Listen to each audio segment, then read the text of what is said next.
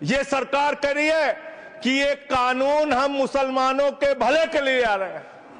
जब मैं आपसे सुनता हूं तो मुझे लगता है कपिल शर्मा कॉमेडी सर्कस में बोल रहा है। आप मुसलमानों का भला कर रहे हैं, आप मुसलमानों का भला कर रहे हैं। दोनों सदन में एक भी सदस्य, दोनों सदन में सिर्फ एक सदस्य गुलाम अली को छोड़ के एक भी सदस्य आपका मुसलमान नहीं है। आप मुसलमानों का भला कर रहे हैं, आप मुसलमानों का भला कर रहे हैं। पूरी सरकार में एक मंत्री आपका मुसलमान नहीं है, आप मुसलमानों का भला कर रहे हैं। दो नेता अपने घरों में आपने बैठा दिया, मुख्तार अब्बास नकवी, शाहनवाज हुसैन, दोनों की राजनीति आपने खत्म कर दी। आप मुसलमानों का भला कर रहे हैं, आप मुसलमानों का भला कर रहे हैं, आप मुसलमानों का भला कर रहे हैं। अरे सुनना सीखो पहले। सदियों से तुमसे प्यार है, आज भी है और कल भी रहेगा। मैंने सुना आपका गाना। श्री संजय सिंह दोनों ही कह रहे हैं एक दूसरे को। धन्यवाद मान्यवर, आपने एक अत्यंत महत्वपूर्ण बिल पे मुझे अपनी बात कहने का मौका दिया। मैं जैसे उदय प्रताप जी की चंद पंक्तियों से अपनी बात शुरू करूंगा। न मेरा है न तेरा है, ये हिंदुस्तान सबका है। नहीं समझी गई ये बात तो नुकसान सबका है। न तेरा है न मेरा है, ये हिंदुस्तान सबका है। नहीं समझी गई ये बात तो नुकसान सबका है। जो आकर मिल गई इसमें वो दिखलाई नहीं देती, जो नदियां मिल गई इसमें वो दिखलाई नहीं देती। महासागर बनाने में मगर एहसान सबका है, महासागर बनाने में मगर एहसान सबका है। मान्यवर, हम लोग बचपन से एक शब्द सुनते आए, सरकार माई बाप। सरकार माई बाप यानी कि जो सरकार होती है वो लोगों की माई बाप होती है, मां की तरह ख्याल रखती है, पिता की तरह ख्याल रखती है। लेकिन अगर कोई सरकार अपने बच्चों को उसका गला घोटने पे उतारू हो जाए तो वो फिर सरकार निष्पक्ष सरकार नहीं है मान्यवर। वो सौतेली मां है, वो सौतेली मां है, उसका व्यवहार सौतेला है। और आज आप जो काम कर रहे हैं इस बिल के माध्यम से, आप बाबा साहब डॉक्टर भीमराव अंबेडकर जी के द्वारा लिखे गए संविधान की हत्या कर रहे हैं। और ये बात मैं इसलिए कह रहा हूं कि बाबा साहब डॉक्टर भीमराव अंबेडकर जी ने संविधान की धारा 26 में लिखा, धार्मिक मामलों के प्रबंधन की स्वतंत्रता, धार्मिक एवं धर्मार्थ उद्देश्यों के लिए संस्थाओं की स्थापना एवं रखरखाव करना, धर्म के मामलों में अपने स्वयं के मामलों का प्रबंधन करना, चल एवं अचल संपत्ति का स्वामित्व एवं अधिग्रहण करना तथा ऐसी संपत्ति का कानून के अनुसार प्रशासन करना।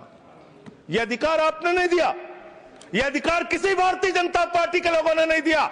यह अधिकार बाबा साहब डॉक्टर भीमराव अंबेडकर जी के द्वारा लिखे गए भारत के संविधान ने दिया मानकर। और आप उस संवैधानिक अधिकार को छीन रहे हैं एक गैर संवैधानिक बिल लाके। क्या क्या लिखा इस कानून के अंदर आपने, किस तरीके से आपने इस संविधान की हत्या करने का काम किया। आप बड़ी बड़ी बातें कर रहे हैं। ये सरकार कह रही है कि ये कानून हम मुसलमानों के भले के लिए आ रहे हैं। जब मैं आपसे सुनता हूं तो मुझे लगता है कपिल शर्मा कॉमेडी सर्कस में बोल रहा है। आप मुसलमानों का भला कर रहे हैं, आप मुसलमानों का भला कर रहे हैं।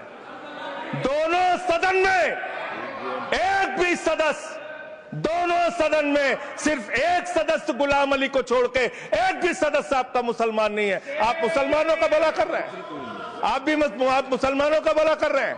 पूरी सरकार में एक मंत्री आपका मुसलमान नहीं है, आप मुसलमानों का भला कर रहे हैं। दो नेता अपने घरों में आपने बैठा दिया, मुख्तार अब्बास नकवी, शाहनवाज हुसैन, दोनों की राजनीति आपने खत्म कर दी। आप मुसलमानों का भला कर रहे हैं, आप मुसलमानों का भला कर रहे हैं, आप मुसलमानों का भला कर रहे हैं।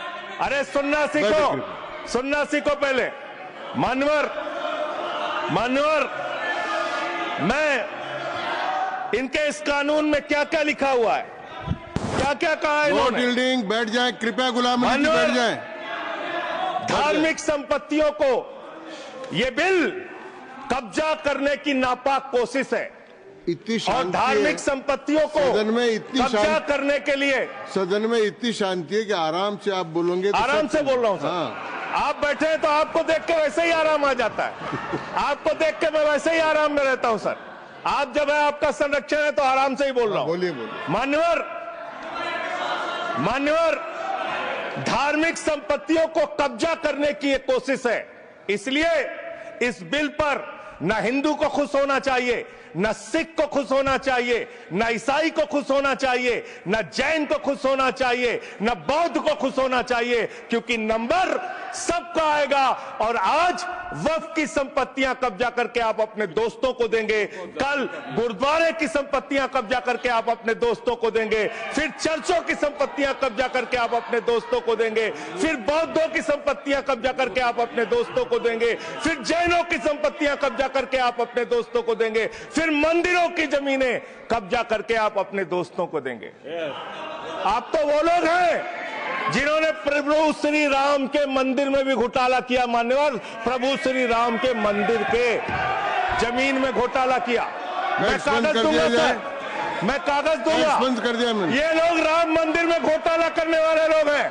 राम मंदिर की जमीन का चंदा खाने वाले लोग हैं सर। ये लोग 2 करोड़ की जमीन 5 मिनट में 18 करोड़ में बेची सर इन लोगों ने। 16.5 करोड़ का घोटाला किया, 18.5 करोड़ में जमीन बेची।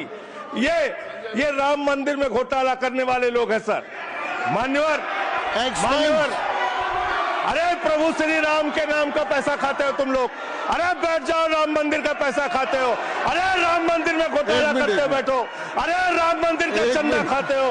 अरे चंदा चोरो बैठो, चंदा चोरो बैठो, चंदा चोरो बैठो, बैठो चंदा चोरो, चंदा चोरो बैठ जाओ। चंदा चोरो तुम लोग चंदा चोरो, चंदा चोरो तुम लोग, चंदा चोरो, चंदा चोरो, चंदा चोरो बैठो। 1 मिनट को प्लीज। चंदा चोरो बैठो। सभापति महोदय, Shri Gajendra Singh ji. Sir, I am not dealing sir, I am not dealing. सदस्य ने चंदा चोरी किया इन्होंने कि राम का पैसा खाया करने वाले प्रभु श्री राम का पैसा खाया सर इन्होंने। राम मंदिर का विषय, राम मंदिर में चंदा चोरी किया इन्होंने। बैठ जाए, चंदा चोर है सर ये लोग। इन्होंने प्रभु श्री राम का चंदा खाया, कृपया बैठ जाए, चंदा चोरी किया सर। कृपया बैठ जाए। राम मंदिर के संबंध में सर राम मंदिर के संबंध में कहे गए सभी शब्दों को मैं कार्रवाई से निकाल रहा हूं, कार्रवाई से निकाल दिए। 2 करोड़ की जमीन 18.5 करोड़ में खरीदी इन लोगों ने। 2 करोड़ की जमीन अयोध्या में 18.5 करोड़ में खरीदी। मान्यवर, कृपया मेरा टाइम बचाया जा सर। मान्यवर, टाइम पॉज कीजिए सर, टाइम पॉज कीजिए, बैठाइए इनको। Point of order, allow sir. I am not dealing sir. Point of order, Bhupendra Yadav please sit down.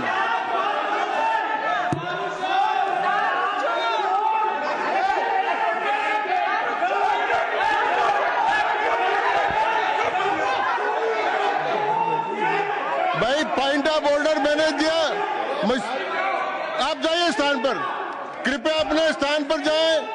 मैंने व्यवस्था का प्रश्न उठाने का मौका दिया भूपेंद्र जी यादव को।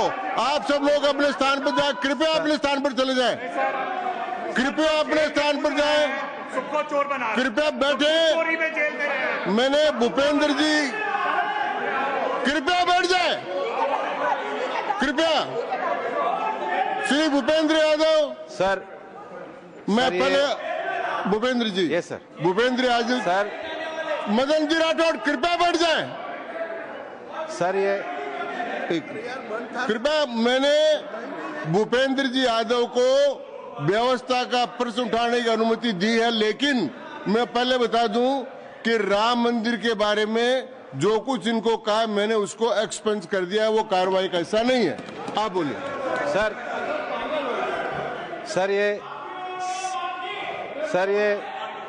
सर ये सदन का उच्च सदन है। रूल में बता देता हूं, रूल 238 और 240। आप 238 और 240 238 and 240. You read it. Sir, there are sir two rules है 238, 240. मेरे को बुक की जरूरत नहीं है. How to speak ये 238 है. सर 240 बड़ा इंपॉर्टेंट है जी. सर कोई भी सदस्य अगर इररिलेवेंट बोलता है अगर तो ये चेयर की पावर है कि उस सदस्य को रोक सकते हैं. जो विषय डिबेट से जुड़ा हुआ नहीं है, जो विषय सदन से जुड़ा हुआ नहीं है, इररिलेवेंट विषय को आपको रोकने का अधिकार है. जो सदस्य संजय सिंह जी बोल रहे थे वो इररिलेवेंट है. तीसरा एक और विषय सर 238 में बोलने के बाद जो असंसदीय शब्द है किसी भी पार्टी के बारे में, किसी के बारे में जो असंसदीय शब्द है वो बोले गए हैं तो उसकी भर्त्सना भी हाउस पूरी तरीके से करता है. माननीय Tiruchi Shiva. Sir, I also stand on the. Please, I am allowing Mr. Tiruchi Shiva. I also stand on the same rules, sir. 238 and 240. You didn't quote 238. You remember 240, but 238 you are well versed, I know, but you are not quoted. Nothing refer, only the rule number. Yes. Refer to any matter of fact on which a judicial decision is pending. No. Make a personal charge against a member. No. Please. What is? Please. Kindly listen. Hello, please. I'm on a point of order. Point of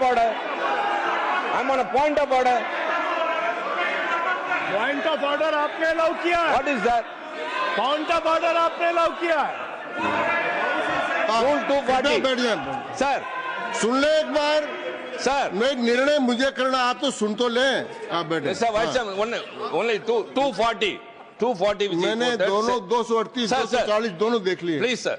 Rule 240 says, the chairman, after having called the attention of the council to the conduct of a member who persists in irrelevance or in tedious repetition. You didn't call, sir.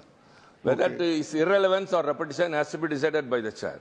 So, the chairman... आप सुनो ना भाई, please. Hello, listen. please. I am speaking to the chair. Please do. I am speaking to the chair. इधर देखिए ना. Sir, it is we leave it to your discretion and decision, sir. Yes. And not it is repetition or irrelevance can be decided by any other member, sir. Only you, sir. Okay, thank you. मैंने श्री भूपेंद्र जी यादव ने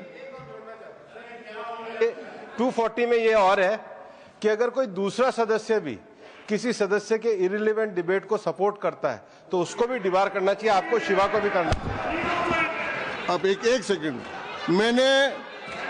मेरी व्यवस्था यह है कि 238, 240 के अंतर्गत मैंने ऑलरेडी जो असंसदीय सब थे वो और राम मंदिर के बारे में, क्योंकि ये विधेयक की परव्यू में नहीं आता है, इसलिए मैंने राम मंदिर के बारे में इनके लगाए गए इलेक्शन और असंसदीय शब्दों को कार्रवाई से निकाल दिए. धन्यवाद. मान्यवर, आपने कहा कि इससे आप पिछड़े मुसलमानों का भला करने जा रहे हैं. सुनने में बहुत अच्छा लगता है कि आप पिछड़े मुसलमानों का भला करने जा रहे हैं. आपने इसमें कहा कि आप महिलाओं का भला करने जा रहे हैं. सुनने में बहुत अच्छा लगता है कि आप महिलाओं का भला करने जा रहे हैं. लेकिन ये सरकार और यहां पे इस समय मंत्री जी नहीं है, मैं उनसे पूछना चाहता हूं, आप देश को और सदन को गलत जानकारी क्यों दे रहे हैं? मानवर, 2013 के वक्फ बिल में जो भारतीय जनता पार्टी की सहमति और सहयोग से पास हुआ उसमें भी महिलाओं के लिए आरक्षण था.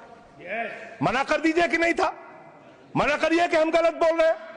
मानवर, मंत्री जी ने कहा 1 करोड़ सुझाव आया. मैं आपसे पूछना चाहता हूं, कितने करोड़ ईमेल आए, कितने करोड़ पत्र आए, कितने करोड़ सुझाव आए? पूरे देश को जानकारी दीजिए और मैं आपको दावे के साथ कह सकता हूं, जब पूरा सच सामने आएगा तो देश को पता चलेगा कितने लोग इस बिल के विरोध में थे, कितने लोग इस बिल के समर्थन में थे. मैं जेपीसी का सदस्य था मानवर. मैं कह रहा हूं आपसे लाइए. और आप पिछड़े मुसलमानों का भला करना चाहते हैं. मैं आपसे हाथ जोड़कर निवेदन करता हूं, विनती करता हूं, और हमारे जो मित्र उधर भी हैं, अगर आप मेरी बात से सहमत हैं तो समर्थन करना. समाज में छुआछूत को, बीमारी को मिटाने के लिए चलिए उठाते हैं कदम और अगले सत्र में एक बिल लेके आइए, जितने भी हिंदुओं की कमेटियां हैं, ट्रस्ट है, बोर्ड है, उन सारे ट्रस्ट और कमेटियों में 80% आरक्षण दलित, आदिवासी और पिछड़े हिंदुओं को दीजिए। मैं समर्थन करूंगा आपका, माला पहनाऊंगा आपको। आप पिछड़ों का भला करने की बात करते हैं, आप दलितों का भला करने की बात करते हैं। आपकी मातृ संस्था आरएसएस 100 साल तक आपने एक भी दलित, पिछड़ा और आदिवासी, एक भी महिला को आज तक आरएसएस का प्रमुख नहीं बनाया। आप दलितों और पिछड़ों और आदिवासियों की आरएसएस के बारे में भला करने की बात करते कर हैं। माननीय, इस बिल में क्या लिखा है? आप जो भी बातें इस विधेयक के अलावा बोलेंगे उन सब को मैं एक्सप्लेन करूंगा। ये सच नहीं है? क्या ये सच नहीं है? सर मेरा टाइम रोका जाए।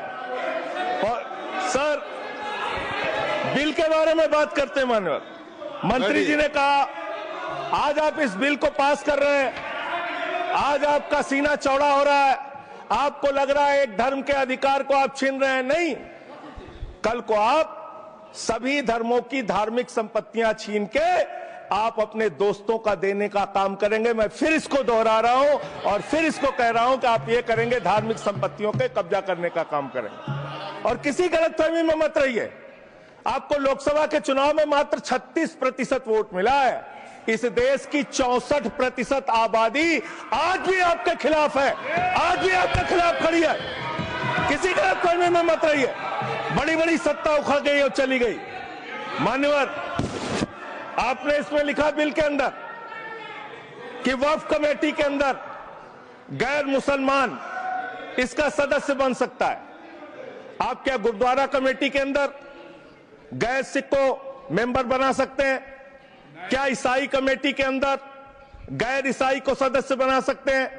क्या बौद्धों की कमेटी के अंदर गैर बौद्ध को, क्या जैनों की कमेटी के अंदर गैर जैन को आप मेंबर बना सकते हैं? और इतना ही नहीं, क्या आप हिंदुओं के ट्रस्ट में, मंदिर के ट्रस्ट में आप क्या गैर हिंदू को मेंबर बना सकते हैं? नहीं बना सकते, नहीं बना सकते। आप एक झूठ फैला रहे हैं देश भर में, देश भर में झूठ फैला रहे हैं। आप कह रहे हैं ये मैं पढ़ रहा हूं राम मंदिर का, सर, राम मंदिर ट्रस्ट। झूठ शब्द असंसिद्धि है, जो असंसिद्धि शब्द उनको निकाल दीजिए। सत्य से परे, सत्य से परे। सर ये प्रभु श्री राम के मंदिर का ट्रस्ट, मैं इसका समर्थन करता हूं। नहीं, आप सर मैं इसका समर्थन कर रहा हूं। ये सब्जेक्ट नहीं है सर, समर्थन कर रहा हूं। सुन तो लीजिए, आप कहे से नहीं सुनूंगा। डिस्ट्रिक्ट मजिस्ट्रेट प्रोसीडिंग में नहीं आएगा। सर मेरी बात तो बिल्कुल नहीं आएगा। सर मेरी बात सुन लीजिए। घनश्याम जी प्लीज, चेयरमैन साहब, district magistrate of Ayodhya will be ex officio trustee who will be a practising Hindu. If the DM is not Hindu, then additional district magistrate will be an ex officio member of the trust. हम इसका समर्थन करते हैं sir. Hindu धर्म के trust में हिंदू को member होना चाहिए, आपने लिखा, हम इसका समर्थन करते हैं। लेकिन आप दूसरे धर्मों के ऊपर कह रहे हैं। कल को आप गुरुद्वारा कमेटियों में कहेंगे सिख नहीं, दूसरे धर्म के लोग इसमें आएंगे। कल को आप जैन कमेटियों में घुसड़ेंगे, बौद्धों की कमेटियों में घुसड़ेंगे। ये बात गलत है, ये पूरी तरीके से गलत है। और आज पूरे देश को आप बताइए, मान्यवर, पूरे देश को आप बताइए, 2009 में आपने अपना घोषणा पत्र जारी किया था, मैनिफेस्टो। ये मैनिफेस्टो आपका लेके आया हूं, ये तो आपका डॉक्यूमेंट है, मेरे घर नहीं बना। इस मैनिफेस्टो में लिखा है इन्होंने कि 2009 के मैनिफेस्टो में लिखा है कि वक्फ की जमीनों पर जो अवैध कब्जे हुए हैं, के.आर. रहमान की कमेटी की रिपोर्ट के हिसाब से हम मुस्लिम धर्म गुरुओं के साथ बातचीत करके उसको खाली कराने का काम करेंगे। कितना दोहरा चरित्र है आपका। आपने कहा वक्फ की जमीनों को खाली कराने का काम करेंगे जिसपे कोई और कब्जा कर रखा है। मान्यवर, एक और बात, सुप्रीम कोर्ट के अंदर आप कह रहे हो कागज चाहिए, कागज चाहिए। मंत्री जी ने कहा कागज चाहिए। मंत्री जी, आपको कागज की बहुत जरूरत होती है, कागज आपको चाहिए। आपकी सरकार ने 2020 में, ये पूरे देश को देखना चाहिए, पूरे देश को सर, 2020 में मैं जेपीसी का मेंबर था, एक कागज वहां मिला हमें। 2020 में सुप्रीम कोर्ट में, सर आप, मेरी बात नहीं आ रही सर मेरी बात नहीं आ रही। 2020 में मान्यवर इस भारत की सरकार ने, मोदी जी की सरकार ने शपथ पत्र दिया सुप्रीम कोर्ट में। से क्या लिखा हुआ है? 99% वक्फ की संपत्तियां डिजिटाइज हो चुकी हैं। मुख्तार अब्बास नकवी साहब आपके मंत्री थे, उनका बयान है 100% वक्फ की संपत्तियां डिजिटाइज हो चुकी हैं। तो जब आप सारी संपत्तियां डिजिटाइज कर चुके हैं, सब कुछ ऑनलाइन कर चुके हैं वामसी पोर्टल में, सारे कागजात जांच चुके हैं, तो क्या आप फसाद कराने के लिए फिर से कागज मांग रहे हैं? फसाद कराने के लिए आप फसाद कराने के लिए कागज मांग रहे हैं? आप फसाद कराने वाले हिंदू हैं, हम सौहार्द फैलाने वाले हिंदू हैं। यह बुनियादी फर्क है, यह बुनियादी फर्क है। आप देश भर में फसाद, नफरत, लड़ाई, झगड़ा कराने का काम करते हैं। मान्यवर, मैं अंत में आप लोगों से सिर्फ एक ही बात कहना चाहता हूं कि आज सच्चर कमेटी की रिपोर्ट की बात कही गई और कहा गया 12,000 करोड़ की आमदनी हो सकती थी। एक सुझाव मैं पूरे सदन की तरफ से इस सरकार को देना चाहता हूं। 12,000 करोड़ की आमदनी की चिंता है वक्फ की, करोड़ों मुसलमानों की चिंता है आपको। एक अपने दोस्त को पकड़ के लाइए, नीरव मोदी को 20,000 करोड़ वसूलिए, 12,000 करोड़ वक्फ को दीजिए, 8,000 करोड़ अपने पास रखिए। 8,000 करोड़ का आपको मुनाफा होगा, 12,000 करोड़ वक्फ को दे दीजिए, करोड़ों मुसलमानों का भला हो जाएगा। मान्यवर, अंतिम बात कह के आपने कहा सच्चर कमेटी की रिपोर्ट से 12,000 करोड़ की आमदनी की बात कही गई है। अर्ध सत्य मत बोलिए, पूरा सत्य बोला कीजिए। सुविधाजनक सत्य मत बोलिए, पूरा सच बोला कीजिए। मंत्री जी, इसमें लिखा हुआ है सच्चर कमेटी की रिपोर्ट में कि भारत की सरकार ने, राज्यों की सरकार ने अलग अलग राज्यों में, अलग अलग जगहों पे 365 वक्फ की संपत्तियां कब्जा कर रखी हैं। आप उसके बारे में नहीं बताते, आप अर्ध सत्य बोलते हैं। मैं तो जेपीसी का मेंबर रहा हूं, मुझे सब पता है। तो इसलिए मान्यवर, आप फैला रहे हैं झूठ। ट्रिब्यूनल के फैसले, बस खत्म सर, खत्म। असत्य, सत्य से परे मान्यवर, सत्य से परे मान्यवर।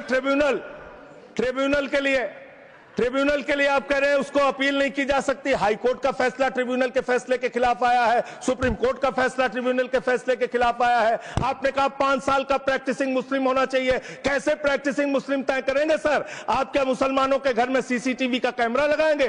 कौन नमाज पढ़ रहा है, कौन नमाज नहीं पढ़ रहा है, कौन मुसलमान है, कौन मुसलमान नहीं है? आपने मान्यवर ऐसे प्रावधान इसमें रखे हैं जो बड़े अजीब है, जो अपने आप में ये बताते हैं कि आपकी मंशा सिर्फ देश में झगड़ा कराने की है, नफरत फैलाने की है, फसाद कराने की है। आपकी मंशा कहीं भी मुसलमानों का या किसी वर्ग का भला करने की नहीं है।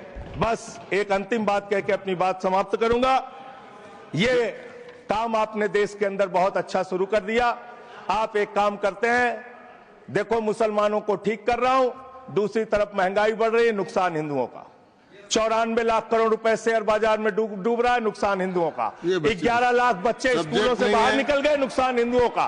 तो मुसलमानों को ठीक करने के नाम पर आप नुकसान देश के करोड़ों हिंदुओं का भी कर रहे हैं। इसलिए ये सब बातें करके देश में आप नफरत फैला के ये सब झगड़े फसाद के काम मत कीजिए। और अंत में आपसे एक ही बात कहना चाहता हूं, अभी भी वो मौका है इस बिल को, जो गैर संवैधानिक है, जो बाबा साहब के संविधान के खिलाफ है, इसको वापस लीजिए। धन्यवाद माननीय श्री दूंगा ही।